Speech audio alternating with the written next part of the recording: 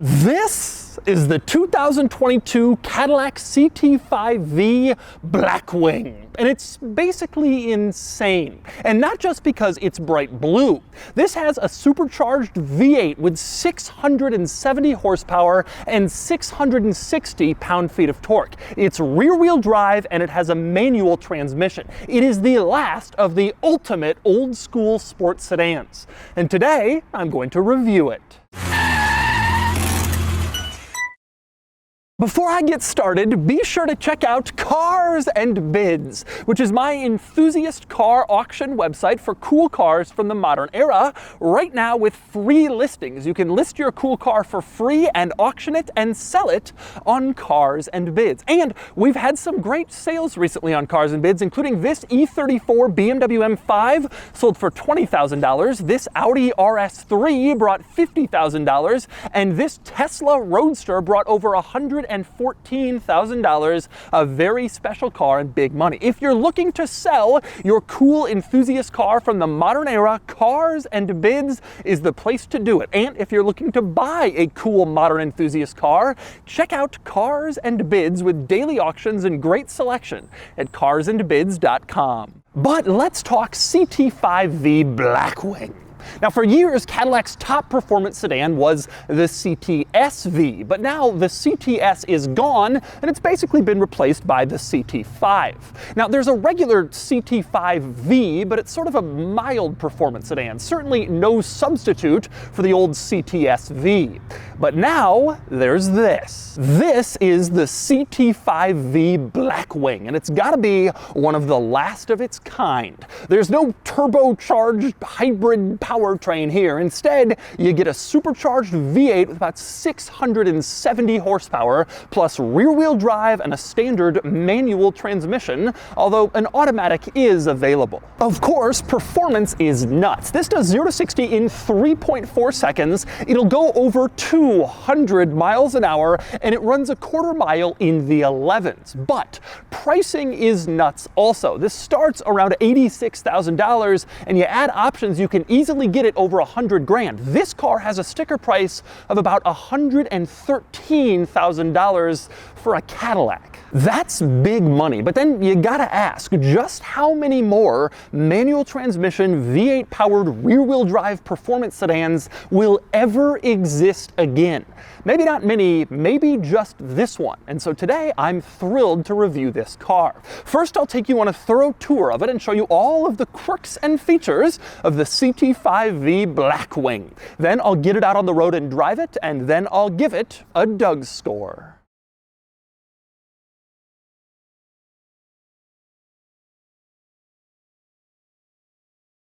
Alright, I'm going to start the quirks and features of the CT5-V Blackwing with getting in, and that means discussing the rather unusual key situation. You can see bright blue car, but bright red key, which struck me as kind of strange. And even more unusual, Cadillac also sent me a CT4-V Blackwing. The review on that will go up in a couple weeks. That was a red car with a blue key. I thought there was a mistake, or maybe they were playing a joke on me, until I discovered the key color is intended to match the brake caliper color. So you can see red key for this car matches the red brake calipers of this car. Same deal on that CT4-V Blackwing. Blue key matches the blue brake calipers, and it has nothing to do with the body color of the car. So the key is a completely different color from the car, but it matches the brake calipers. A subtle little detail for the Blackwing. And speaking of crazy coloring in the Blackwing, let's talk interior.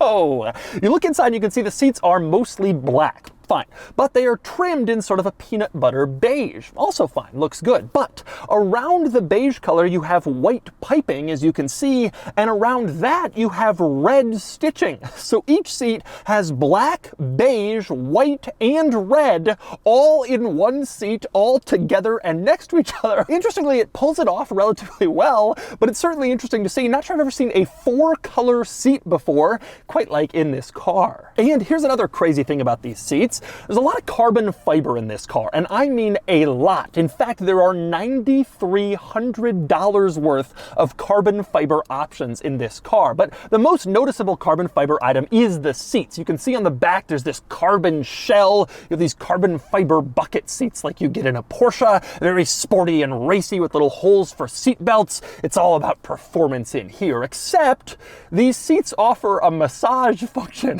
Porsche doesn't even allow heated seats in their carbon fiber bucket seats. That would defeat the entire purpose of the sporty seats. In this car, you get carbon fiber bucket seats, but they massage, they have cooling, and they have heating, which I think is just so perfectly Cadillac performance. You want it to be fast and carbon fibery, but you also want people to be able to relax with a nice luxurious massage. But anyway, on to the rest of this interior, and I gotta say, this is a mix of fantastic and wonderful performance features, along with typical General Motors cost cutting. I'm gonna start with the performance features, and I'm gonna start with the manual transmission. You can see the gear pattern on top is rather unusual. It's like very tiny and this little metal medallion. You can barely even make out where the gears all are, but that's what they've used, and a manual transmission is what they've used. That's a big deal for this car. Now, a 10-speed automatic is also available, but the manual is the big news, in part because the previous model, CT-SV, didn't even offer a manual. They've brought it back. Even in the face of manuals dying and going away in basically every other car, it still lives on here, at least for a short period of time. I think they're trying to create a legacy and make the last true rear-wheel drive V8 manual performance sedan, and they've clearly done it here. Impressive to see a manual in this car. Now, around the gear selector, there are a couple of interesting performance items worth noting. One is a button marked Rev Match. You press that, you can see in the gauge cluster, the gear you're in turns from white to yellow, and then that obviously turns on the Rev Match function. So when you go to downshift, it automatically matches your rev to make for a perfect, smooth, comfortable downshift so you can start accelerating. Also around the gear lever, you can see a switch here marked Mode. This allows you to cycle through your various drive modes, and there are a few you can choose from. There's Tour, Sport, Track, and of course like a low traction mode. There's also a customizable one, and you can go through those using this little mode switch here in the center console. But if you want to instantly switch drive modes and go to your high performance mode, that would be this button hanging off the steering wheel to the left marked V, this big silver circle. You just want to press it. And when you do, it puts on V mode in this car, and you can see all of the different things that change when you go into V mode. There are several different items, all configurable, that you can dial in, and the car will immediately adjust to them the moment you put it in V mode. Now, the benefit of the V mode button compared to the switch next to the gear lever, with that switch, you got to cycle through various different drive modes to find the one you're looking for. With the V mode button, you just press it with your thumb. Your hand never even has to leave the steering wheel, and it happens instantly, and then you're in V mode, your ultimate high performance mode, so you can just take off, and that's a pretty cool touch. Now, you also have another cool performance touch on the steering wheel, and that would be this little switch to the right of the airbag in the center here. This adjusts your performance traction control settings, and you can move this switch, and you can see in the gauge cluster, it'll go through various different modes that will increase or decrease the effectiveness of your traction control depending what mode you're in. Inactive is actually the normal setting. That means traction control is on and fully functional, but you can adjust through like wet or sport or even two separate race modes, which I assume mostly turn off traction control completely, which sounds terrifying to me in a nearly 700 horsepower rear-wheel drive sedan, but you can do it if you want, if you really know what you're doing, and that's controlled by that little switch on the steering wheel. Now, speaking of the steering wheel, one other interesting little performance item worth noting here, at the very base of the steering wheel, you have a little V badge, and then below that it says 66-004. This is a little code. 004 is the VIN of this car, the fourth CT5-V Blackwing built. More confusing is the 66 at the start. The first 6 is the model code for the CT5-V Blackwing. I guess that's just like an internal code. And the second 6 refers to the transmission, the manual. So all CT5-V Blackwing models with a manual will have their little plaque here start with 66 and then the last 3 digits of the VIN. And if you get an automatic, it'll be 6 followed by something else, and that's how you decode that little plaque on the steering wheel. Now, speaking of other cosmetic items in this interior that are kind of cool, like I said, carbon fiber everywhere. Over $9,000 in carbon fiber in this car, and it's all over the interior. The entire center console was carbon fiber, looks very sporty. Over on the dashboard on the passenger side, you have some carbon fiber. Same deal on the door panels. And like I showed you already, the backs of the seats are carbon fiber. A lot of carbon in here, like you would want from a performance sedan at this level. You also have some nice subtle badging in this interior, which I kind of like this little V badge here in the center console and this small center storage slot. You have to look for it to notice it, but it's there reminding you what you have. And this little Blackwing badge on the seat trim. Again, very subtle. You have to look for it, but there it is. Also reminding you this isn't just a regular Cadillac or even a regular V, but a Blackwing. And next up, moving on to another item I like in this interior, that would be the gauge cluster, which is of course a full screen like it is in most luxury cars now. It's very configurable. This is the gauge cluster in track mode. It's a little bit busy, as you can see, but there's a lot of helpful information here. Now on the left, you can see a little readout of several different things, temperatures, your tire pressures, that sort of thing. Over on the right, you have a scrollable menu that has a lot of different options you can choose from. It scrolls both left, right, and up, down. My very favorite is the V Performance tab in this little menu, which allows you to pull up a screen that'll measure your 0 to 60 time, or another one that'll measure your G-forces, or there's also a lap timer in here, all of which is pretty cool. And speaking of lap timing in this car, this V Blackwing is equipped with a performance lap time recorder that will not only record your laps on a racetrack for time, but also on video. To the left of the steering wheel, there's this little slot here for an SD card. You put that in, and then you turn on the car's performance recording system, and you can use like the parking cameras to drive around a track and film your laps. And that way you can watch them later and see like where you should have braked earlier or later, or where you should have turned better, that sort of thing. You can actually film your laps using the built-in car cameras and the built-in SD card slot. That's all pretty cool tech in this car. But anyway, back to the gauge cluster. In this track mode setting, my very favorite thing is probably the tachometer along the top. You can see it's this horizontal line, and I love the fact that it totally de-emphasizes the lower end of the rev range. Like 0 through 3,000 RPM gets like an inch, and everything above that actually matters in this car, which I guess makes sense if you're on a racetrack. It's just funny to see how they prioritize like the higher end of the rev range. They don't care about the lower end. That stuff doesn't matter when you're in the Blackwing. And by the way, speaking of the tachometer and the revs display in this car, I want to talk about the heads-up display, which has a very cool feature. Projected onto the windshield is a shift light arranged in a V pattern to match the CT5-V Blackwing. And you can see as you get closer to redline, it turns from green to yellow to red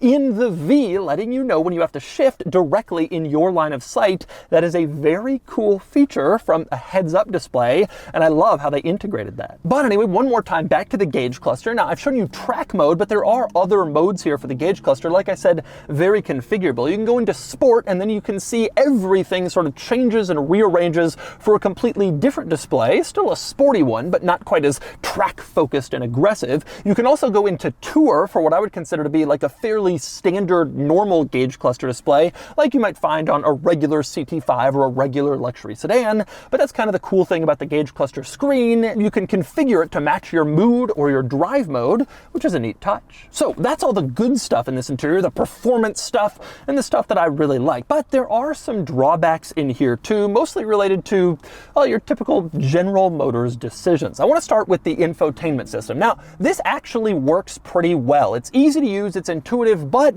it's already starting to feel old. Kind of a small screen, kind of silly looking buttons compared to Mercedes-Benz and Tesla, which always seem to be refining and improving their screens. This one, not quite as good, not quite as thorough or comprehensive, certainly not quite as big, and lacking some of the easy features and shortcuts that those cars have. In fact, one thing I really don't like about this screen is these two dials right next to each other, exactly the same size, that control two completely different functions. In fact, when you're on the audio part of this screen, one of them controls volume, the other will change the track you're listening to. So if you really like a song, you want to turn it up, you select the wrong dial, you'll actually change the song, which is exactly the opposite of what you wanted to happen. It's so strange to have these two exactly identical dials that do completely different different things right next to each other, not really all that well thought out. With that said, in terms of interior tech, I do love the rear view mirror in this car. You can see right now it just looks like a mirror, but if you flip this switch, it's actually a camera. And the benefit there is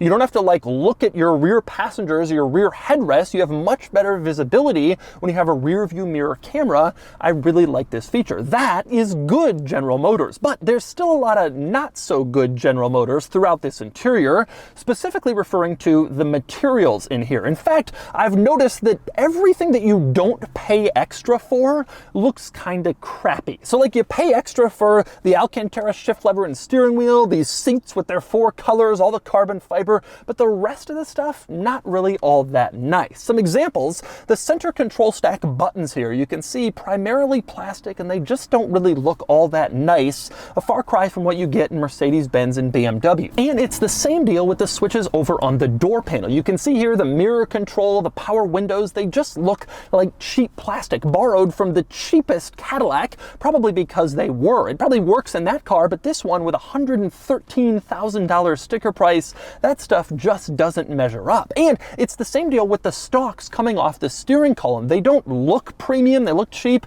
and they feel cheap to touch, which is disappointing because you're touching them pretty frequently. And also, they're not really positioned all that well. You kind of have to reach for the turn signal stalk, which is just sort of a strange decision. It feels like it was designed for a different car and then kind of stuck in this one, probably because it was to save money. And this is where Mercedes-Benz and BMW really distinguish themselves, with nicer interiors and nicer materials pretty much everywhere you look. With that said, this car is cheaper than Mercedes and BMW. Compared to an E63 or an M5, this is probably $10, $15, maybe $20,000 cheaper with options, and so you have some sacrifices for this level of power. But anyway, next up, let's move outside the CT5-V Blackwing. A few interesting quirks out here. One is obviously this color, which is insane. It's called electric blue, and they only charge $625 extra for it. Pretty good deal, but I wouldn't get it even if it was free. It attracts so much attention. Maybe that's what you're looking for, but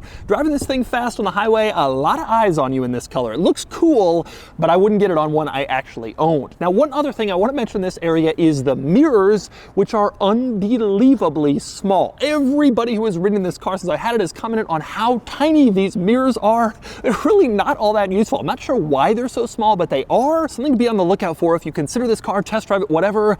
Don't expect a lot of visibility out of the mirrors, surprisingly. And next up, let's talk wheels. These are 19-inch wheels, which might surprise you. Most cars now have 20s or 21s, but frankly, I think these look just fine. I'm not a fan of this continued wheel escalation. 20s, 21s, 22s, they're all starting to look a little stupid, and this works perfectly and looks good. And it's enough wheel to contain the front brakes, which are 15.7-inch rotors, absolutely massive, and they're carbon ceramic brakes on this car. Performance option designed to reduce brake fade at the track, $9,000 extra for carbon ceramic brakes, but if you plan to track this car, you'll probably want them. And next up, still on the outside, moving around to the back, there are a few notable quirks and features back here. One is this spoiler, which is absolutely massive, huge carbon fiber trunk mounted spoiler on the back of this car. Gives it an aggressive, mean look. Any subtlety this car had, in a more subtle color of course, would kind of go out the window the moment people see this massive spoiler in back. Also noteworthy back here, above the rear glass in the center, this shark fin antenna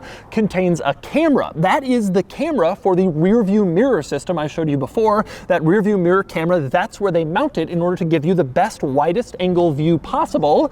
It's mounted on the roof. Also noteworthy back here, below the bumper, you have a large carbon fiber rear diffuser, which of course looks sporty and aggressive, and it contains quad exhaust pipes. And of course, the exhaust in the V Blackwing sounds pretty good. Take a listen.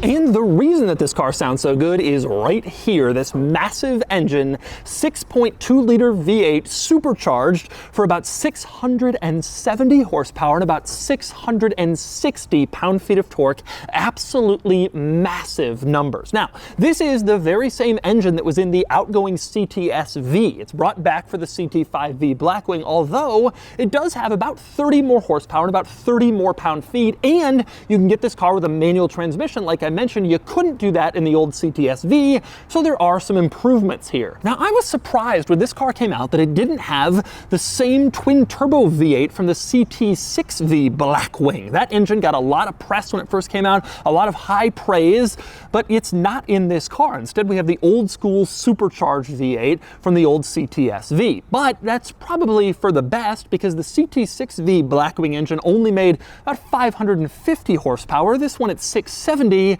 definitely an improvement over that. And indeed, with all that power, 0 to 60, like I said, around 3.4 seconds, quarter mile is in the 11s, top speed over 200 miles an hour. This thing, performance absolutely unbelievable. Also worth noting, one interesting quirk of this engine bay, I like the fact that Cadillac has copied AMG, and they're now putting a plaque at the top of their engines with the signature of the person who built it. In this case, Steve Stinson. Thank you very much for this fantastic engine and all of its power.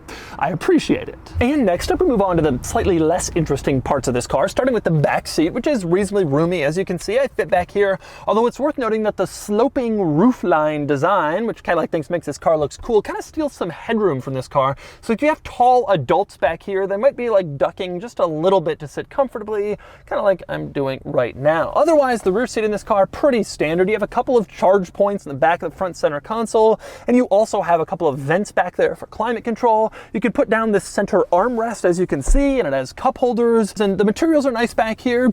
Everything is pretty standard, about how you'd expect. As for the trunk, also nothing particularly interesting in the trunk. One thing that I found is it's a little narrower than I expected. Like, the sides kind of come in a bit more than I was thinking they would, and you also lose a little space to the battery, which is in the trunk for weight distribution purposes, so it's not quite as large as you might think, but otherwise fairly normal, fairly straightforward trunk, nothing particularly unusual. Although I would have liked a power trunk closer. You have to close it manually, but at this price point it would be nice to just push a button and it closes, but you don't have that. Probably they didn't do it to save weight, which is very important in this 4,100 pound car. That's where they drew the line. No power trunk closer. We give you all this tech and electronics and leather and screens, but you don't get a power trunk closer. We gotta be lightweight and performance-y. And so those are the quirks and features of the CT5-V Blackwing. Now it's time to get it out on the road and see how it drives. All right, driving the CT5-V Blackwing. Now this is especially interesting for me because I've actually owned two prior CTS-Vs. I had a first gen, a V1 they call it, and then I had a second gen V2 wagon. I didn't own a V3, the most recent body style, but I had a lot of experience in high-performance Cadillac sedans with big V8s. So I'm curious to see how this one is. And I can tell you straight away, it's fast.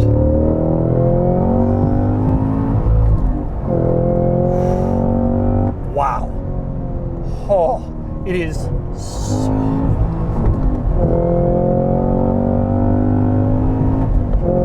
Wow, wow, wow, wow, wow, wow, wow.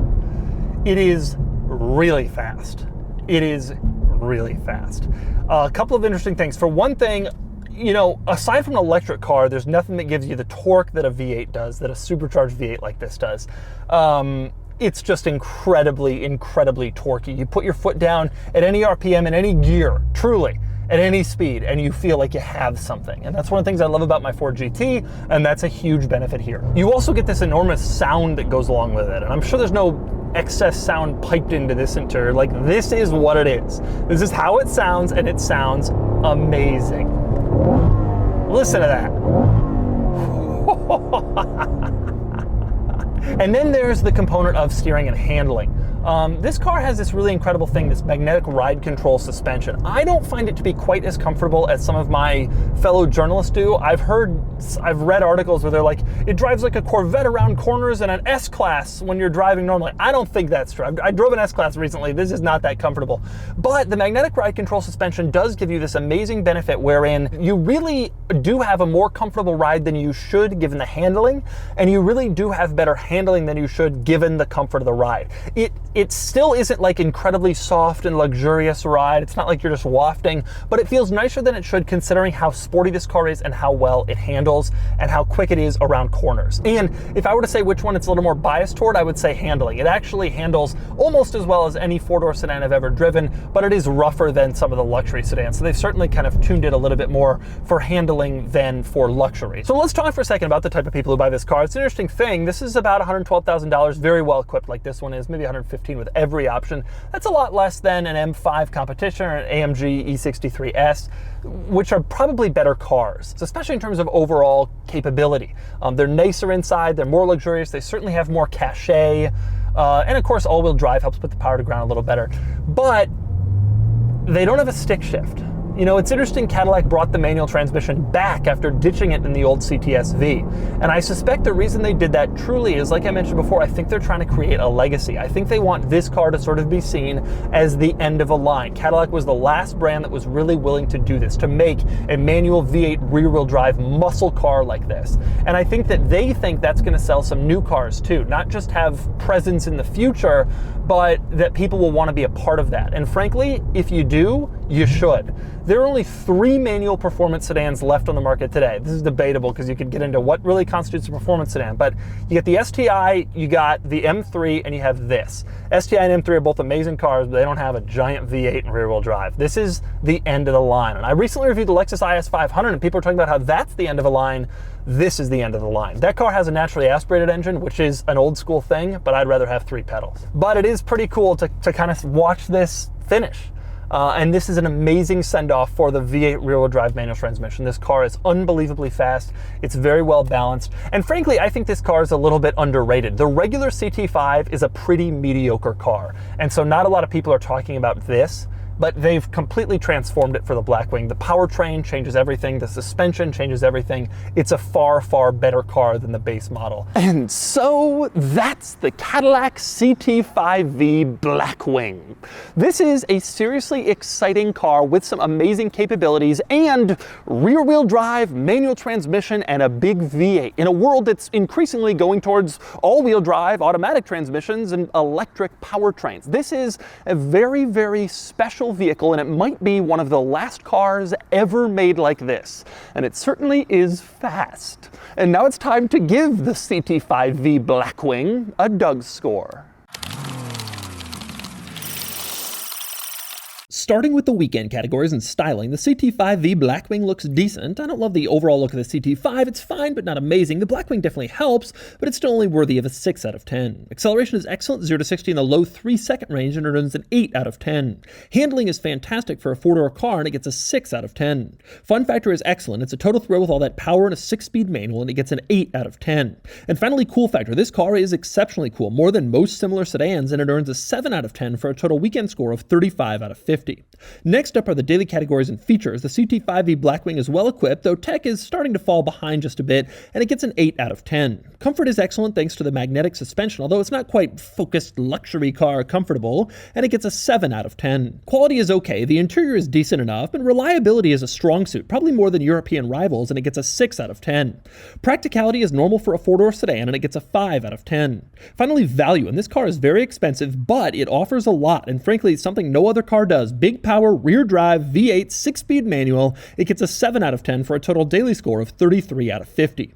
Added up, and the DOUGSCORE is 68 out of 100, which places the CT5-V Blackwing here against rivals. It's not quite on the level of the new M5 or the Audi RS7 or the Mercedes AMG stuff as an overall car, since those offer amazing performance plus a better brand name and more features and luxury. But the CT5-V Blackwing ties most of these cars in the weekend categories, and frankly, it deserves to. If you're looking for an amazing sports sedan and fun is your top priority, this is the one to get.